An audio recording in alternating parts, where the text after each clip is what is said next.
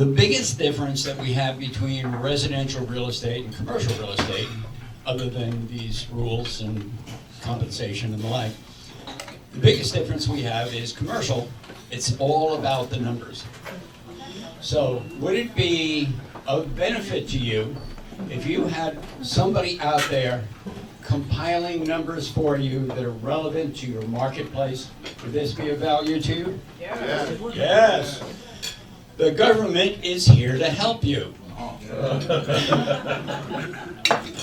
Therefore, now I got to tell you, this is a little touch and go, because we did not know for sure if our speaker today would be permitted to speak. If the government shut down, then the government can't provide our speakers. However, we are fortunate enough that in the normal kabuki drama that the legislature goes through, the Congress goes through, we found out, indeed, at the 11th hour, boy, aren't they great, they saved our butt and they kept the government running.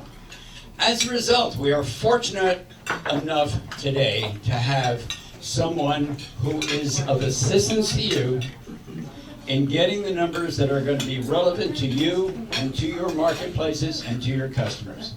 So without further ado, permit me to introduce Mr. Bruce Bergman from the Northeast Informational Bureau of Labor Statistics. Please welcome Bruce. Thank you very much. It's really a pleasure to be here to join you all. I've seen you from afar when I checked out your meetings. So I thank Mike for leaving me 5 minutes. And I also want to very much thank Ira and Howell and Paul for being kind enough to take me up on my offer. You might be thinking, your offer? You offer to speak? I mean, what's going on here? Don't they want speakers? Well, we do want speakers. I guess the organization wants speakers, but the Bureau of Labor Statistics, before I start the presentation, I'll just let you know, why was I inquiring to speak for this group? And the reason is because real estate is a very important customer of ours. I had actually mentioned that about half of our inquiries are related to real estate, believe it or not. I work in the information office in New York City, and we get a lot of calls from tenants and landlords, okay, so that's residential, but we also get calls from people in commercial who want to know the numbers that are relevant to commercial real estate. So that's why I reached out to the gracious hosts from today, and I appreciate that they took me up on their offer. So today's presentation is going to be addressing, actually before I start, I don't know if anybody's involved with mortgage Yes, we do. delinquencies and that type of thing, and mortgage law, but I am the other Bruce Bergman. Okay?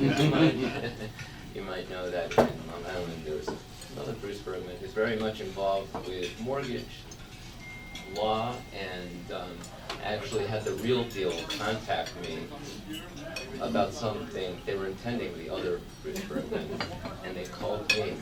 I figured that out. Anyway. That'll teach them. Yes. So we're going to talk about current state of affairs, the economy. Stupid, right? Yes. The economy, because for us lay people, just exactly what are the current conditions that are out there. And of course, it's not an easy answer. It's kind of the good, bad, and ugly of economic statistics, to borrow a phrase from Mike. And we're going to talk about the labor force, which is the supply of labor that's in Long Island, as well as the greater New York area. And we're going to talk about the demand for labor, which are the jobs, right? And the health of the economy, and we're going to also talk about prices, because the Bureau of Labor Statistics is responsible for the CPI, the Consumer Price Index, as well as a number of other price indexes. And then we're going to talk about some resources that might be useful for you in terms of your market analyses, in terms of your contract maintenance, in terms of your day-to-day business. If any of you have payrolls and you want to pay your people, we're not going to go over that today, but we have numbers that are relevant for the real estate industry. And would you know that most of the Bureau of Labor Statistics surveys are voluntary? So here's the catch. We're voluntary surveys, and we're dependent on your goodwill to participate in our surveys so that we have good statistics. And you know, the BLS reputation, the gold standard of statistics, is really not just reflective of our methodology, but it's really reflective of the high degree of participation that we have in our voluntary surveys. And actually, sad to say, that number has been declining over the years. And that means that, you know, in terms of our participants, that means that we're less likely to continue to put out such good data. So it's really, we're really dependent on your participation. So without that, I just wanted to reiterate that. So anyway, this is what we're all about. We're a federal agency, like Paul had mentioned. And I want to just thank if any of you are participating in our surveys, I want to thank you for participating. And if any of you are not, and you're asked sometime in the future, we hope you'll say yes. Anyway, so we're going to start out, that's enough of the plug. We're going to start out with talking about the current labor market and kind of get a taste of what is going on with current conditions. And this looks awfully complicated, right? It's much too complicated for 8:30 in the morning. But I wanted to do this because not all of us might be familiar with what the unemployment rate is. Of course, we hear about it, but the unemployment rate is a percentage not of the population. It's a percentage of the labor force. And, whoops, I'm sitting here clicking. And anyway, the labor force is an indicator of the available labor pool. Who's out there for employers to hire, okay? So the labor force is, on the far right, is comprised of people who are employed, who have a job, and also people who are unemployed. And we have a definition for everything. And our definition of unemployed means that the people are actively looking for work. They're interested in working and they're actively looking for work. That means that they looked within the last 30 days, that's unemployed. The total of employed and unemployed is labor force. And the overwhelming majority of those in the labor force are employed, at least currently, right? We know plenty of other people don't have jobs. They're not in the labor force by our definition, and that's the other. In fact, the 2023 annual numbers showed that 37% of the population, okay, is not in the labor force. So that's something important to know, okay? So I'm just giving you the backdrop to get to our economic conditions. And if we look at what's happening with trends, I should point it here, should I ever do that? Yeah. For some reason my battery is Just hit him anytime you want to.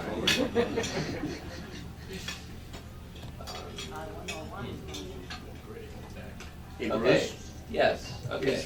Yeah. is the total of the labor force and those not in the labor force, what's the standard deviation? How different is that from the total population in the city? The population is the total of those in the labor force and not in the labor force. And these But are there's some variance there, There I'm sure. is, with any numbers, there are variances, because these are the latest numbers that we have, they're estimates. And they're not from the decennial census, so there is some wiggle room. But what the trend, the overall, and we're gonna be seeing this in a future slide, is the overall trend, even with the standard deviation, and even with these things, considering these statistical deviation related to error, it still is showing an overall secular trend of decline, of slowing.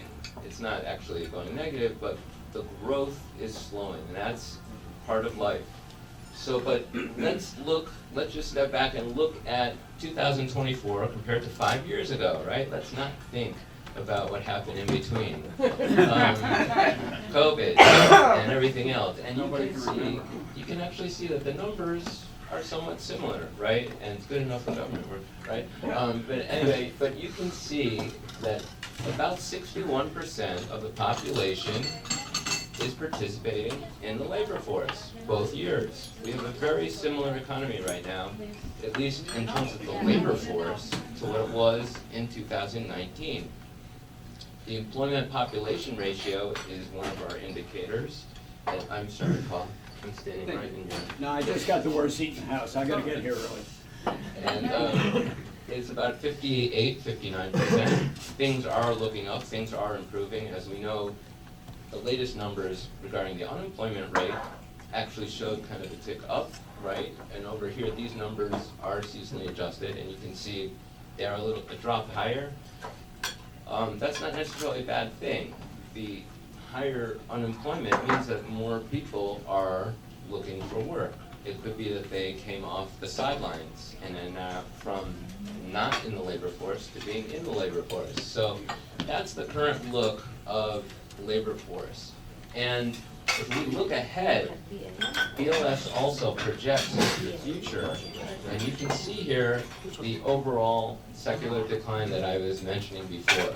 The 2002 to 2012, we kind of have like an anomaly there, that growth looks to be a little slow there. That's partly because that projection, that decade, begins in 2002, which was, we were coming out of a recession. So that's a little why those numbers are a little lower, but you can see the overall trend looking out to 2032 is one of slowing. Now, how does that translate to jobs? If we look over here, the labor force, employment is the green. Employment is showing that in 10 years, employment is projected to grow 3% in 10 years. That doesn't seem like a big number, right? But that's a sign of life. And now, for the excitement, if I have some giveaway, I should speak into for the excitement, I have some giveaways, and the giveaways are, if you can answer this correctly, why is this slowing happening? Okay. Paul, I don't know, I should, Paul doesn't count. board members, no one, somebody else. Because we're at a low inflation rate. Look, that could be contributing to it, but I'm looking for two other answers, sorry. Yeah. Aging population. An aging population, that is one of them, yes. Because what's that? Who's aging in particular? The boomers, right, okay. So we have two giveaways over here, but actually, we have something else, here. You guys, handouts, yes, a copy, poster, and, yeah, okay. Government handout? Government handout. Right. I'd like to be That's able your to. PPP. Yeah, right, Population growth is declining. Put your parole officer in. right. Overall, these are the two answers, and I should give you another, I'm gonna make sure that you get a folder, today, so I'm gonna give you the folder. Okay, so everybody else, just so you know, I came with folders. You're welcome to take them if you like paper. What it is a copy of today's presentation, as well as something called an economic summary. This stuff, I'm going to be emailing this to Howell, and he will make it available on the website, so you're welcome to pull it down from the website. Or you can contact me directly, and I will email it to you, whatever you'd like.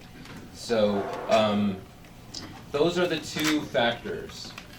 The two factors are slowing population growth, and that has to do with fertility and all sorts of things that are outside the scope of the Bureau of Labor Statistics. We get those estimates from the Census Bureau. And then it also has to do with the aging of the baby boomers, right? Many of us are baby boomers, not me actually. But the baby boomers are leaving the labor force, right? So that's causing that overall slowing. So, yeah. I'd like to see here, go to high school here, they can't afford a starter home. So they're gonna go somewhere else. We have the largest brain drain in the nation from 18 to 35 that they are not entering the labor force in our region. They're going to other regions of the country. That could be, that definitely could be. These numbers are national, so just to make that clear. National. But what we have seen, looking at the New York and the Long Island numbers, is at least since 2020, and at least what the estimates are telling us, is that the population is declining here. So yeah, I would assume that that could be something about it. You never also, know yes. if I'm driving on the roads. Yeah, so let's move on to the heart of the presentation. Yeah. I just have one Yeah, question. yeah. Are the parameters the same from 82 and the definitions the same so that this Yes. trend is accurate? Yes, this is all. In other words, you didn't change the definition of unemployed or? Right, this is all consistent, Okay, yes. thank you. Yeah. How does the Department of Labor reconcile a Wall Street job or a high-tech job is not the same as a little mom and pop business opening on Main Street and hiring at minimum wage or closer to minimum wage? Or you have the people that are left those Wall Street or those tech jobs and now working at Target in the day and Home Depot at night because they gotta make a living and pay their bills. That's a job, but it's really not an equal swap. We do have some other series and surveys that do focus in on those facts. Like we have a worker displacement survey every 2 years. We have another survey on multiple job holders. The problem, to be honest, is that we don't have like one number that addresses everything that you just mentioned. You know what I'm saying? We have different But so sources. much is driven, when you guys release your job numbers, Right. then the market goes crazy, the Fed goes crazy. More jobs are created, but it's $12 an hour jobs is not really helping the economy. Yeah, well, this. There are no more $12 an hour jobs. There's not. In New York, they're not. You leave the minimum wage in the flyover states, it's still 12-something dollars. Anyway, this is showing just, we're looking at labor supply right now. Right. We're looking at the labor market. So, and we touched on who has a job, any job, part-time, full-time, whatever it is. Whether or not they're Wall Street or if they're, sweeping the floor.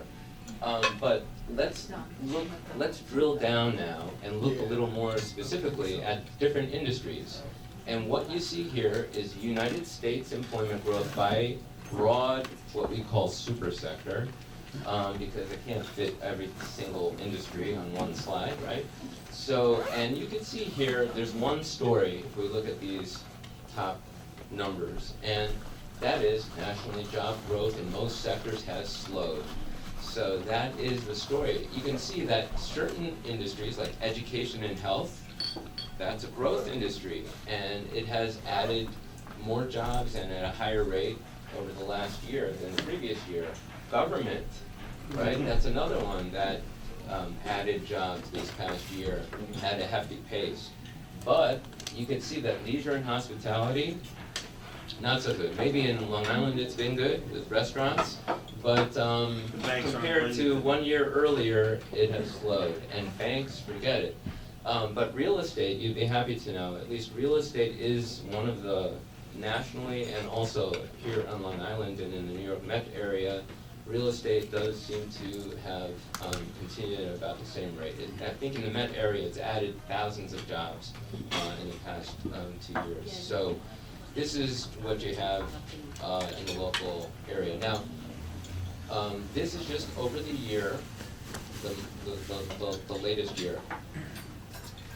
I want to switch gears right now and just kind of, we're still not quite getting at Long Island and what's going on locally, because we have a lot of different indicators, and like any good economist, they're not just looking at one number. They're looking at different, and I say they, I mean any good economist. I'm not talking about the government right now, I'm talking about anybody. You have different indicators that you have to make decisions from, different metrics. So here, what I'm showing you here is something from a different survey that we have called Business Employment Dynamics.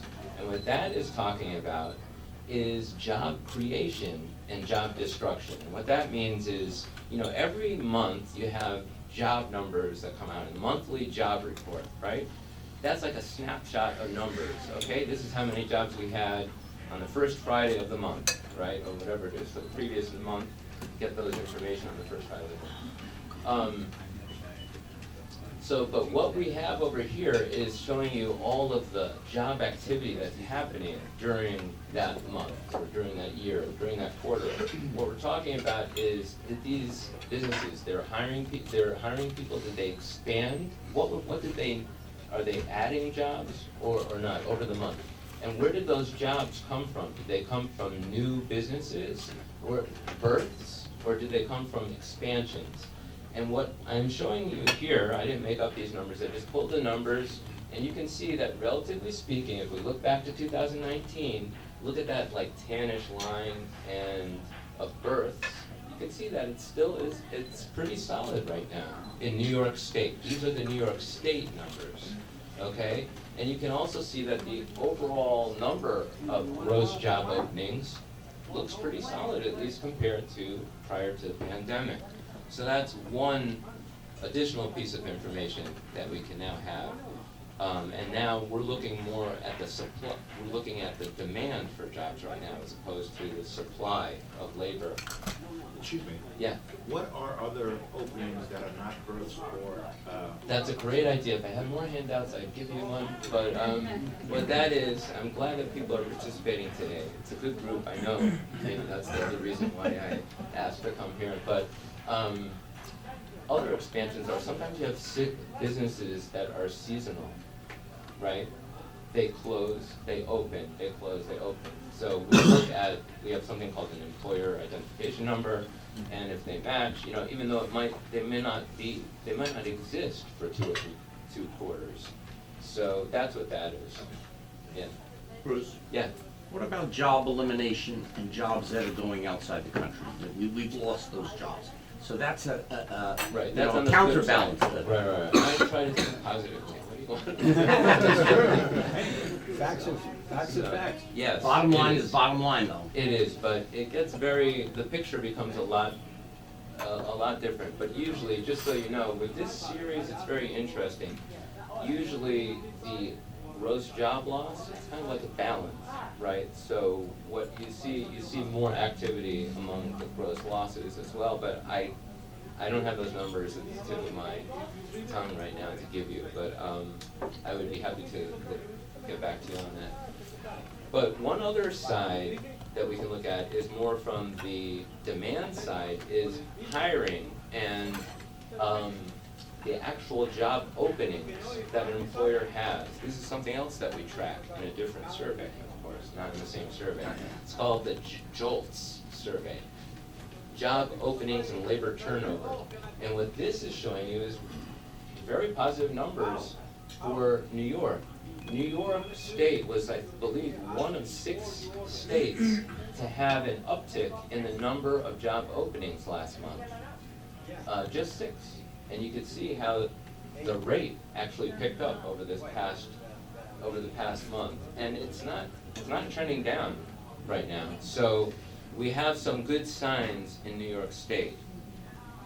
But if we look at the New York metropolitan area right now, which includes 25 counties, not just Nassau and Suffolk, but it also includes about 10, 12 counties in New Jersey, right? We have a little different picture here, and you can see that things are kind of a little iffy, at least compared to the way they were last year, right? You can see kind of solid, continuous growth over here, kind of trending down a bit, but just recently, in fact, last month, we had a decline in the metropolitan area as a whole. And this is included in I'm going to walk over here, I'm sorry, but in this handout, this is called our economic summary. This is available online, it's updated monthly, and this is just a picture of what's on page 1. And what I'll be sharing is the one for Nassau, Suffolk, but what this is the New York area as a whole.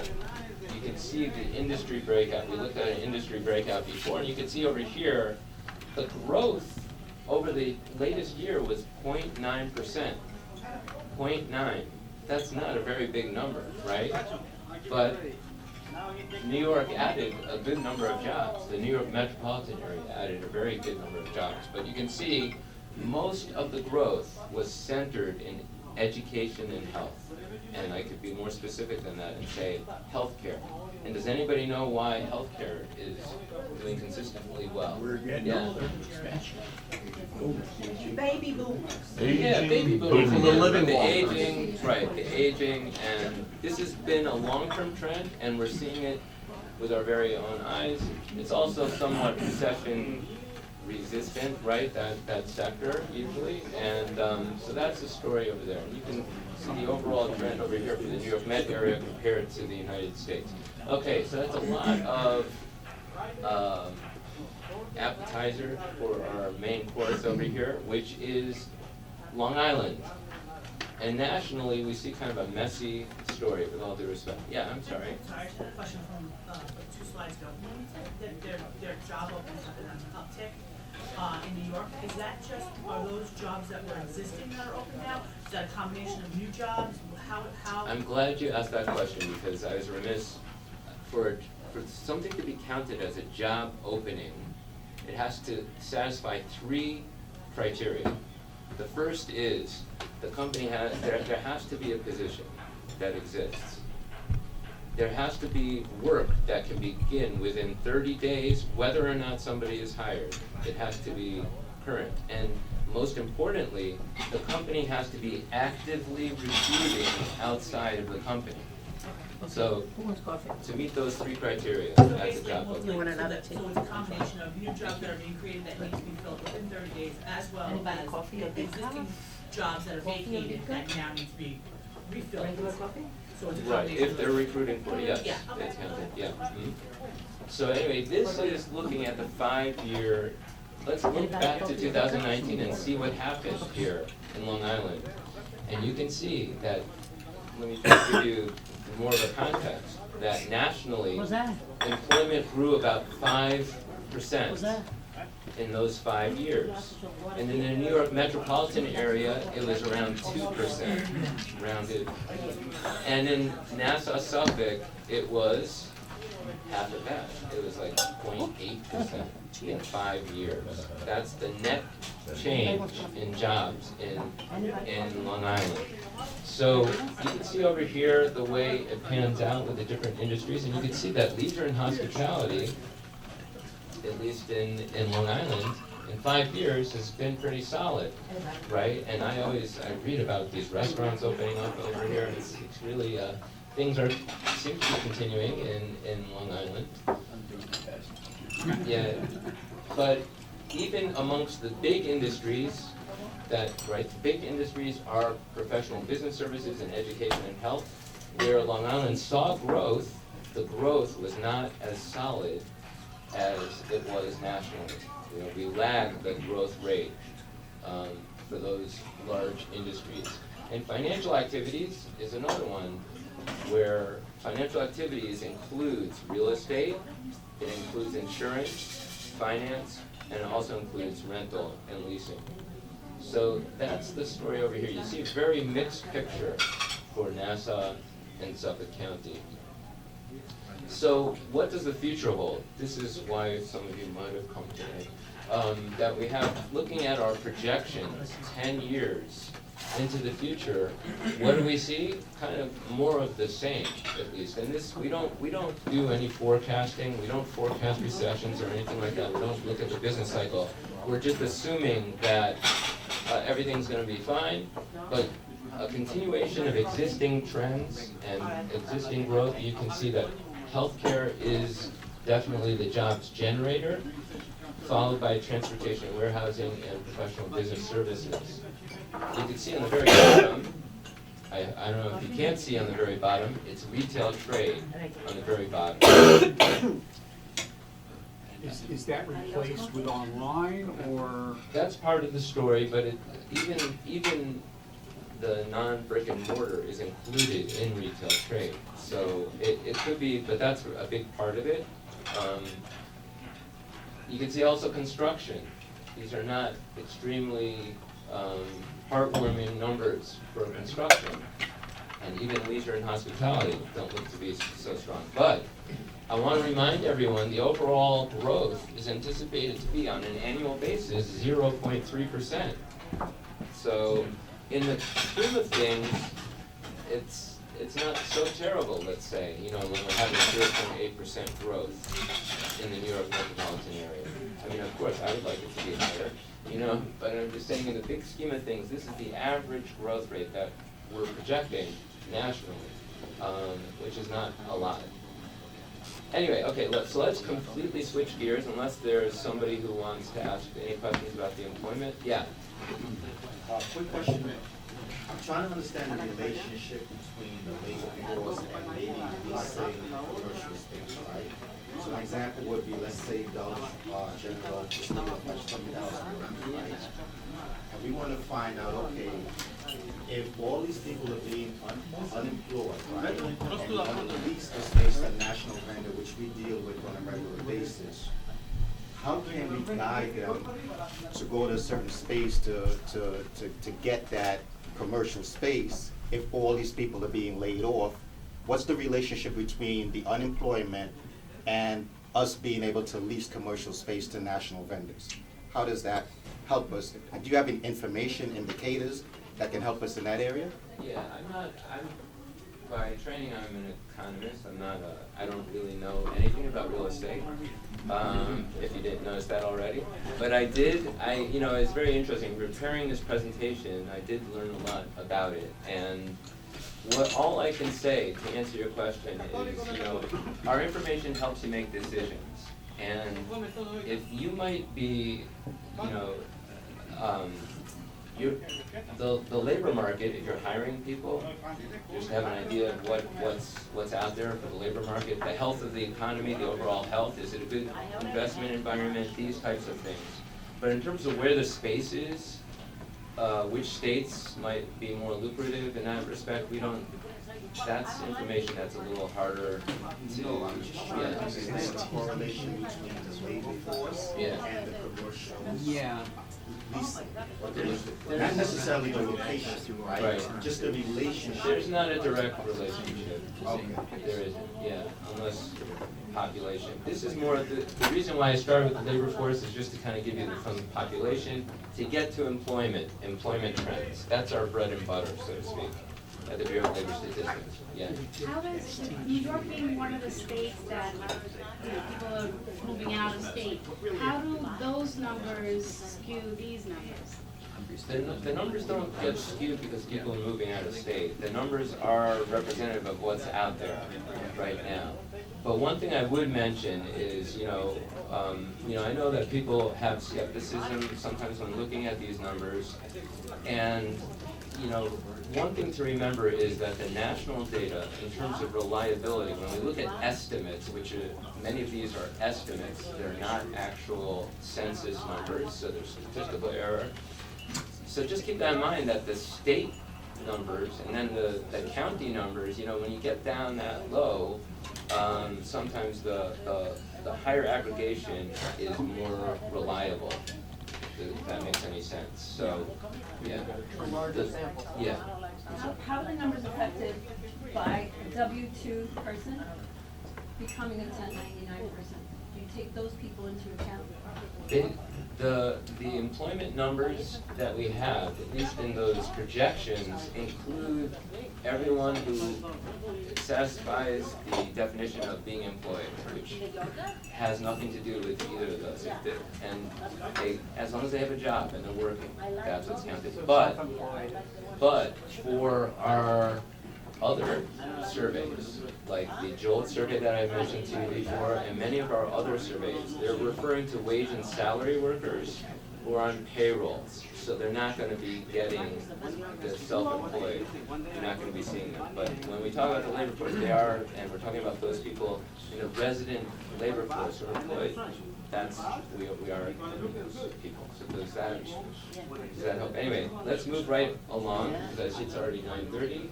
This is actually, now we're looking at prices and inflation, which is the other thing that we measure. And that's a big reason why we measure prices, is because the Bureau of Labor Statistics, all in all, in terms of labor, looking at labor costs and wages, how can you look at that without considering prices?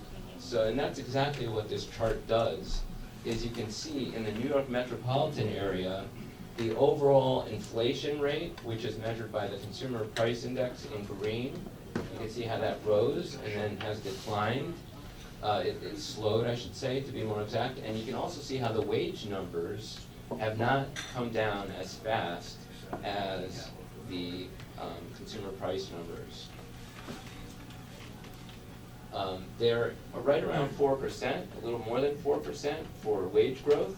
And just to remind everybody, because I think a lot of people weren't aware of this before, way back in 2019, that's exactly where wage growth was in 2019 in the New York metropolitan area, 4%. We had a very tight labor market, okay? So making it harder to hire people and higher wages along with minimum wage and everything else, all those changes. So we're talking about 4% for wage growth as opposed to the consumer prices, which are above 2% right now, but not by much. Now, let's look at residential rent. I know you're involved with commercial rents, but I think to get to commercial rents, you need to have an idea of what's going on with residential rents, at least in the New York area. And you can see that, interesting, when we look at Met areas, the New York rents are below 5% change over the year over year. And that, nationally is around 6%, right? And in Miami is over 8%. So what's going on with New York versus other cities? Some people have said to me, and I don't know if it's true, but they say, oh, well, because everything's so high priced here, prices are going up less fast. I don't know if there's any truth to that. Where does rent control come in? And rent control, yeah, that could be part of it as well. But let's take a look here. And also, I think when people now can remote work, they are like, why would I do that here? I can go be someplace nicer. Well, that's true, but these, we're gonna soon see, these are kind of trends that have been going on since before COVID, so it's kind of interesting about that. But over here, you see shelter. Shelter includes, the shelter measure in the CPI includes rent, and it includes something called owner's equivalent rent, which is basically a rent equivalency for people who have residences. And you can see here that it's the elephant in the room. That this, if we look at the 5-year change in the CPI, you can see that for all items, there is kind of a big difference. You can see all items less than shelter, very close. New York City, the greater New York area compared to the United States. But when it comes to that shelter number, big difference, very big difference. And you can also see that this has been happening, if we just look at that annual increase, it's been happening for some time consistently. The rate has been slower than that of the United States. This makes a difference because shelter is weighed very heavily in the consumer price index. So when we see the inflation numbers for the local area, and we have lower shelter inflation locally, that's affecting the overall level, even though we might feel a lot of inflation when we're looking at other goods and services locally. But that's the story here with consumer prices. So let's look at other types of rents. Let's move over to our producer price index, which doesn't cover the consumer, but we're actually looking at the business, the prices received. And we have two primary measures in our PPI. We have industry measures, like we look at the prices received for a particular type of industry, and then we have commodities. We look at commodities. And actually, for real estate services, we consider gross rent to be a commodity that we track. So we have information on, this is the index. If we look, I rebased these indexes to 2019 equaling 100, you can see where we're at. We have tremendous growth in something completely separate, right? The self-service storage, the mini warehouses. We had big growth in 2021, 2022. Office and industrials were somewhat steady growth between 15-20% have run since, the prices have run since February 19. And then you have retail trade, which is very volatile. This is just showing you the index. If you look at where we were in 2019, how did prices change over that period? If we just look at the 12-month percent change, the rate of price change, what do we see here? A very different picture. If we look at the last couple of years, you can see that self-service storage, the rate of increase in those rents has been declining. And you can also see retail also kind of very volatile and also slowing.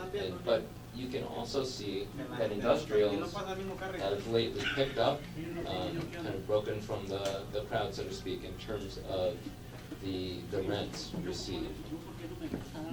Now, these are national data, and we also look at, like I said before, we look at commodities and industries. So if we look specifically, we can look at lessors of buildings.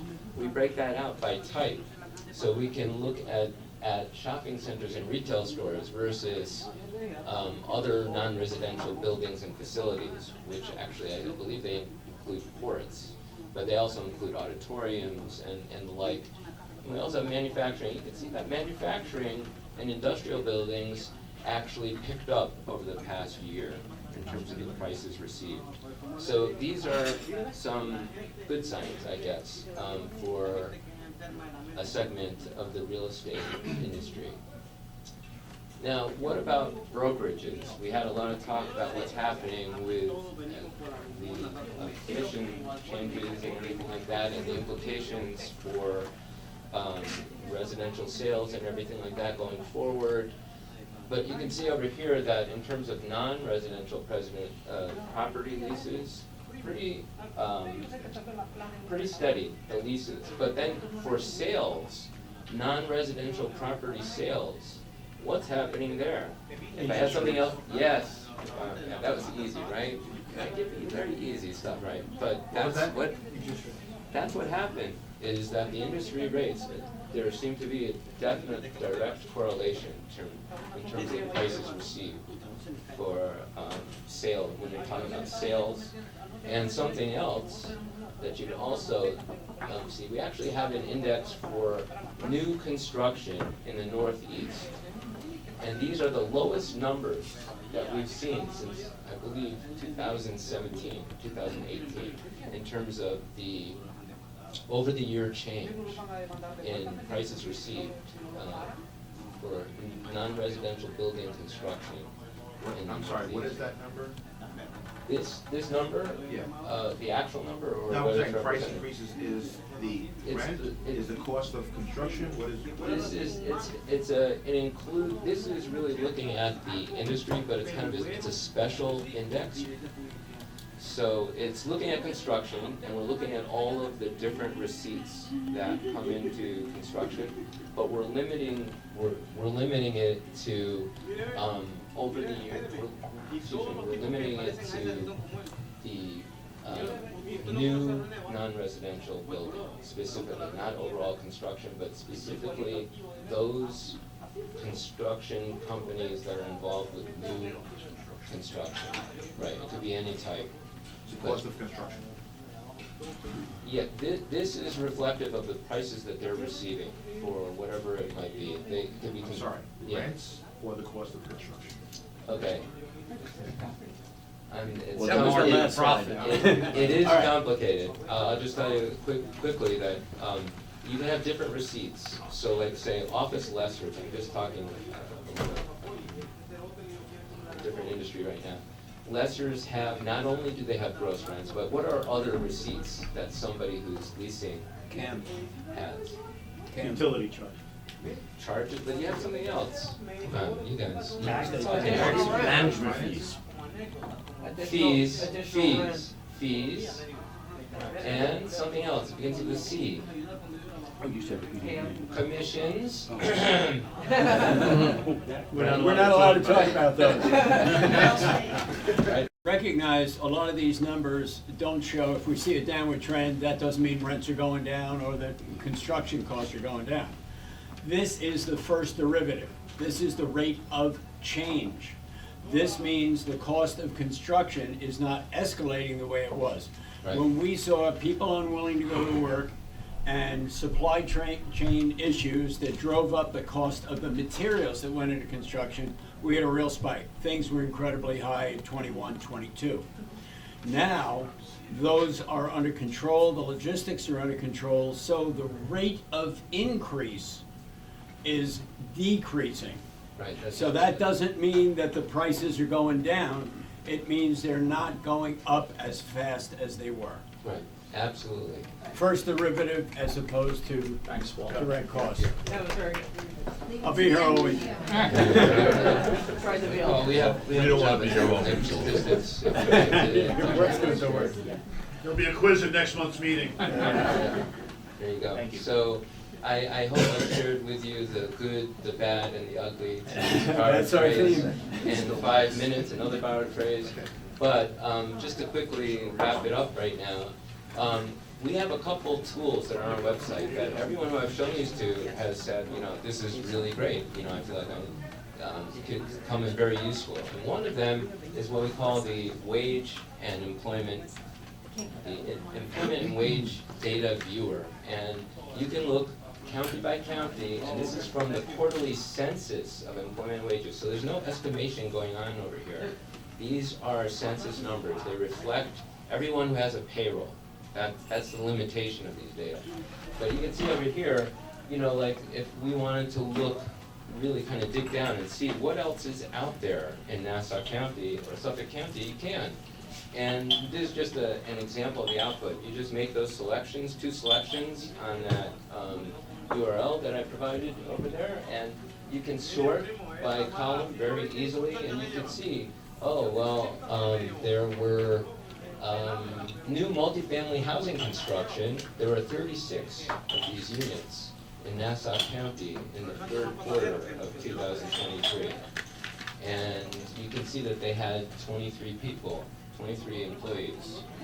And you can see what their total wages were for the quarter. You can also see something that says location quotient. What's a location quotient?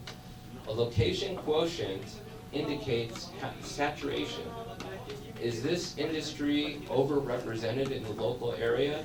What we're looking at is the percentage employment in the local area compared to the percentage of employment nationally. And what we see in Nassau and Suffolk County, this is probably no surprise to you, but in Nassau County, hospitals are overrepresented. That means that they have a location quotient greater than 2. A location quotient equal to 1 means they have the same density. And then what I've selected here are those industries with at least 5,000 employees. So that's what you see over here. And you can also see home health care, legal services for any lawyer. There are a lot of lawyers over here. And personal care services, which is like nail, exactly, and laundry. These are overrepresented in Nassau County. And in Suffolk County, it's a very different makeup. It's very interesting to me. I never looked at it that closely, but Nassau and Suffolk are very different places. Anyway, so there's the URL, and that's enough from me. Oh, what about the projections? If you want to get all the projection information, you can go over here. We're out for 10 years. We're going to have a new set of these projections coming out in August. And here's the thank you, but I already gave the thank you early in the presentation. We appreciate your, and here's my contact information. You're